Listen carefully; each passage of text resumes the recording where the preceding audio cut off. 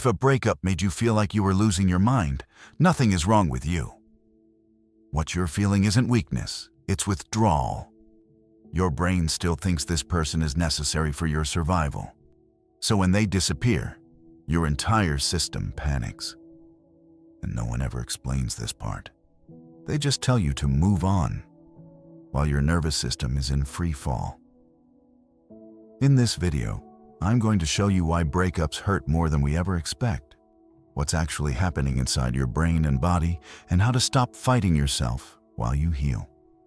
Because this pain doesn't mean you're broken, it means you're human. It's not just sadness, it's a full system crash. It feels like grief mixed with panic, with a side of identity theft. You logically know it's over, but your heart and your body and your brain keep showing up for a relationship that's already left the building. So why does this happen? Why does the end of a romantic relationship hit with the force of a freight train? While we're standing there holding a pamphlet that said, "Expect a gentle breeze." Forget the cliches. We're not here for plenty of fish in the sea.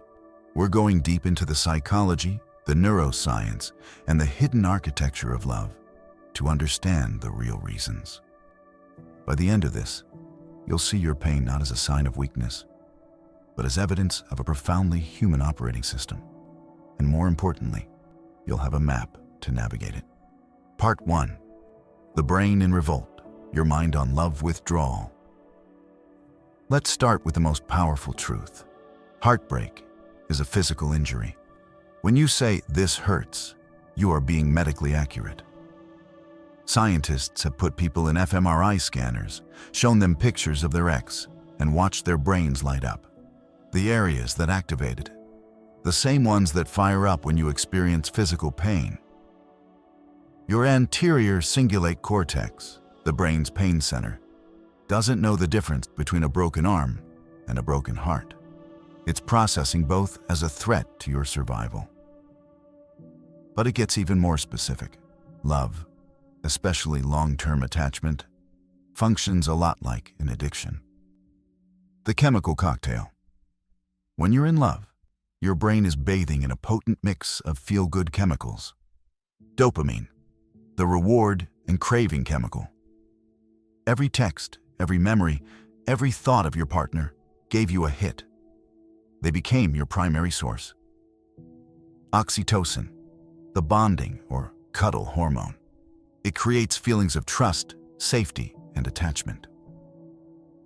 Serotonin regulates mood. In love, it can actually drop to levels similar to people with OCD, which is why you become a bit obsessed. Then, the breakup happens. The supply is cut off. Cold turkey. Your brain, now in a state of dopamine famine, goes into full panic mode. It's screaming, "Where is the reward? We need it to survive." This isn't metaphorical longing. This is a primal neurological craving. This explains the obsessive thoughts, the compulsive checking of your phone, the endless scrolling through old photos. You're not crazy. You're a brain desperately trying to trigger the reward circuit that just went permanently offline. You're a lab animal pressing a lever that no longer gives food, convinced you must have pressed it wrong. The withdrawal symptoms. Think about classic withdrawal. Anxiety? Check. Depression? Check. Insomnia? Check. Irritability? Inability to focus? Aching? Check, check, and check. We expect emotional pain. We are never prepared for a full-blown biochemical mutiny happening inside our own skull. Part 2. The ghost in the machine. Losing your coping co-pilot. Here's a layer that often goes completely unseen. In a long-term relationship, you don't just lose a partner. You lose your primary coping mechanism. Think about it. Who did you go to when you had a bad day at work? Who was the first person you shared good news with? Who calmed you down when you were anxious? Who validated you when you felt like a fraud? They became your emotional anchor, your stress regulator, your reality check. Without even realizing it, you outsourced parts of your emotional toolkit to them. when stress hits, whether it's a parking ticket or a major life problem, your brain's automatic pathway is go to partner. You reach for your phone, you form the words in your head, and you hit a brick wall. The circuit is broken. You're not just grieving the person. You're grieving the loss of your most trusted life raft while you're still drowning. You have to relearn how to self-soothe, how to validate yourself, how to be your own best friend from square one. And the learning curve is steep when you're already in crisis. This is why the pain feels so disorienting. It's not one loss, it's a double loss. The loss of the person and the simultaneous loss of your go-to system for handling loss. Part 3. The shattered mirror when your identity cracks. This is the deepest, most existential wound. We don't just fall in love with a person. We fall in love with a story, and we build our identity inside it. The we narrative. We're the adventurous couple. We're the ones who survived long distance. We're the funny, sarcastic duo. I'm the person who makes them laugh. I'm their rock. Your sense of self gets woven into this joint narrative. When the relationship ends, that story isn't just over. It's retconned. It's declared non-canon.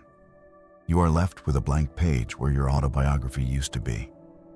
The question, who am I, becomes terrifyingly literal. You were Alex and Jamie. Now you're just Alex. And Alex feels hollow, undefined, like a character whose main plotline has been deleted. The future that vanished. Heartbreak isn't just about losing the past.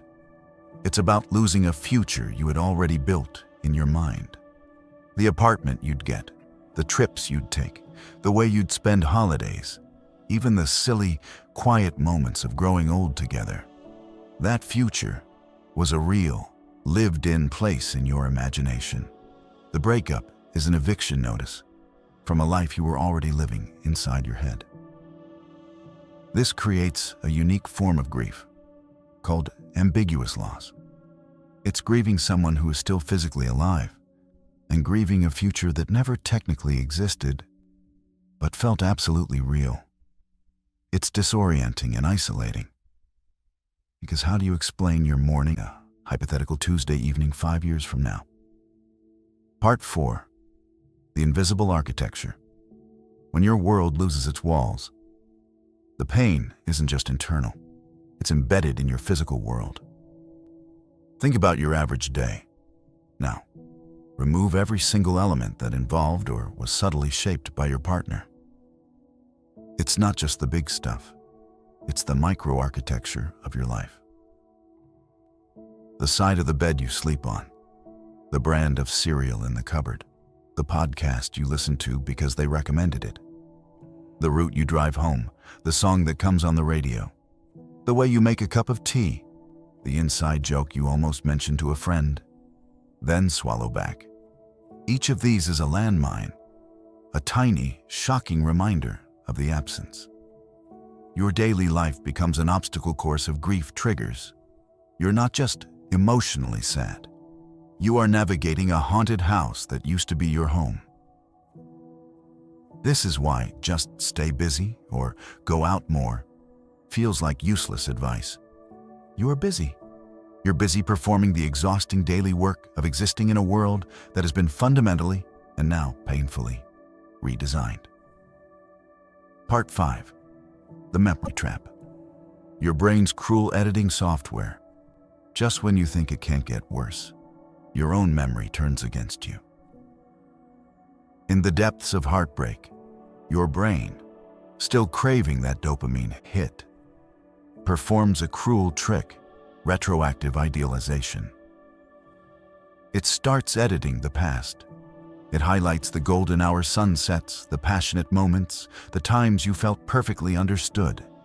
It conveniently mutes the arguments, the annoyances, the compromises, the doubts. It transforms a complex, flawed, human relationship into a lost paradise, a perfect ghost. You're no longer grieving the real relationship. You're grieving a fantasy, a museum piece version that never truly existed. This makes letting go feel impossible, because you're not holding on to reality. You're holding on to a masterpiece your pain-stricken brain just painted over the messy, real canvas. This is why friends get frustrated. They see you pining for a perfect person who they remember was sometimes thoughtless or incompatible. But you're not in the same reality. You're in the museum of what could have been, and the exit signs have been turned off. So, what do we do with this? Understanding why it hurts so much is the first crucial step to taking its power away. When you see the pain as a system-wide reaction, chemical, psychological, social, it stops feeling like a personal failure and starts looking like a human response to a seismic event. Here's your Psyche Sapien survival toolkit based on everything we just learned. 1. Treat the withdrawal, the 30-day biological reset. Radical no contact. This isn't about games or anger. This is medical. You cannot heal an addiction while taking microdoses. Mute, unfollow, archive. Create a biological silence so your dopamine system can reset. The body-brain link.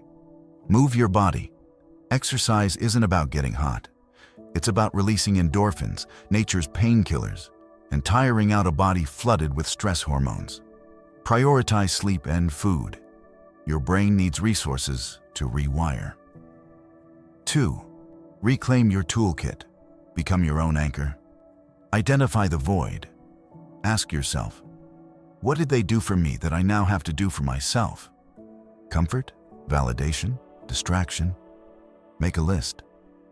Build new circuits. For each void, find a new source. Can't self-comfort? Try a guided meditation app, a weighted blanket, a specific playlist. Needed validation? Start a win jar where you write down tiny accomplishments. You are literally building new neural pathways. 3. Rewrite your story from we to I. The third story. Exercise. Move beyond I'm the victim or I'm the villain. Write the third story, the complex human story where two people with their own histories came together and for many reasons couldn't stay together. This story allows for sadness without self-destruction. Future self-journaling. The old future is gone. Okay, write a letter from you 1 year from now. What does that version of you care about? What have they discovered? This isn't about manifesting. It's about imagination becoming a tool for hope instead of pain. 4. Redesign your world. Diffuse the landmines. The life edit. Be the architect. Change your physical space. Rearrange your furniture. Get new sheets. Try a new coffee shop on Saturday morning. You're not erasing memory. You're creating new, solo associations. Create new rituals. If Sunday nights were your time, institute a new Sunday night ritual just for you. A specific movie genre, cooking a fun recipe, a long bath. Build new pillars to hold up your week. 5. Outsmart your memory. Reality check the fantasy. The balanced list. When you catch yourself idealizing, physically write 2 lists. The good memories and the reasons it ended the challenges. Keep the second list handy. Your brain is biased. You have to manually restore balance. The Psyche Sapien conclusion. The unexpected gift in the wreckage. Here is the final, most important truth. The reason breakups hurt more than we expect is because we are built for connection. The pain is the shadow cast by your own incredible capacity to love, to bond, to build a shared world with another human being. That depth is not a flaw. It is your humanity. The ache you feel is the price of admission for having had something that truly mattered. And while that feels like cold comfort in the 3 a.m. silence, please know this: the same systems causing you such profound pain, your ability to attach, to build a world with someone, to write a future, are the very systems that will allow you to heal. You are not broken. You are in a brutal but necessary renovation. The person who walks out of this construction zone won't just be over someone. They will know themselves in a way the old we never allowed. They will have become their own anchor, written their own story, and built a world that belongs entirely to them. They will have learned the texture of their own floor, and from it, they will learn to stand on ground that is unshakably their own. Call to action. Now, this is where you come in. The theory is here, but the real healing is in our shared stories. In the comments below, I want you to share one thing.